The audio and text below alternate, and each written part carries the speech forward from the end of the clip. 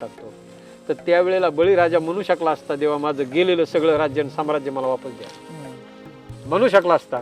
पण त्याने ते मागितलं नाही. तो म्हणला, देवा तुमची इच्छा होती ना मी पाताळात राहू, तुम्ही मला पाताळात घातलं ना, मी तर पाताळात राहायला तयार आहे म्हणे. हां, पण माझी आता एकच इच्छा आहे, मी घरात जाताना आणि घरातून बाहेर येताना मला तुमचं दर्शन झालं पाहिजे. हां, मग आता कधी होईल?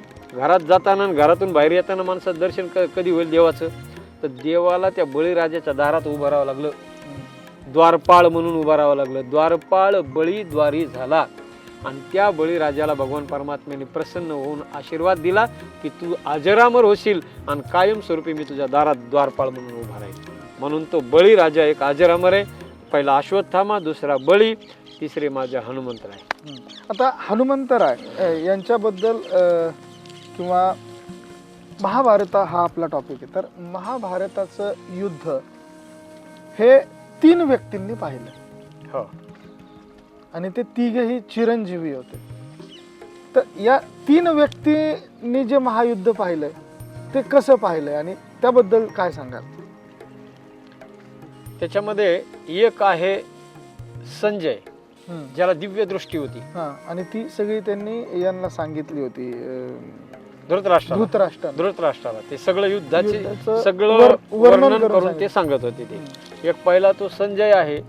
दुसरा बर्बरिक, ज्यांना आपण खाटूश्याम म्हणतो, त्यांनी एक पाहिलेलं आहे. कारण त्यांनी इच्छाच व्यक्त केली होती की मला हे सगळं युद्ध बघता येऊ.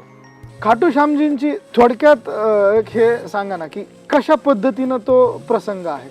खाटूश्यामजीचा प्रसंग असा आहे, जेव्हा हे सगळे पांडव वनामध्ये गेले, पांडव वनात गेल्यानंतर तिकडे जसं अर्जुनाने पांचालीला आणलं जिंकून, तसं वनामध्ये एक भयंकर राक्षसिनी होती.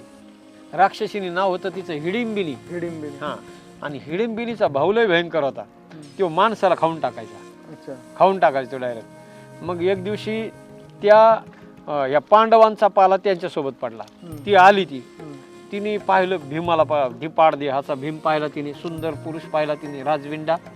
आणि मग तिच्या मनात त्याच्याविषयी कामेच्छा निर्माण झाली आणि मग तिने सुंदर रूप धारण करून त्याच्याकडे गेली. पण तेवढ्यात तिचा भाऊ आला.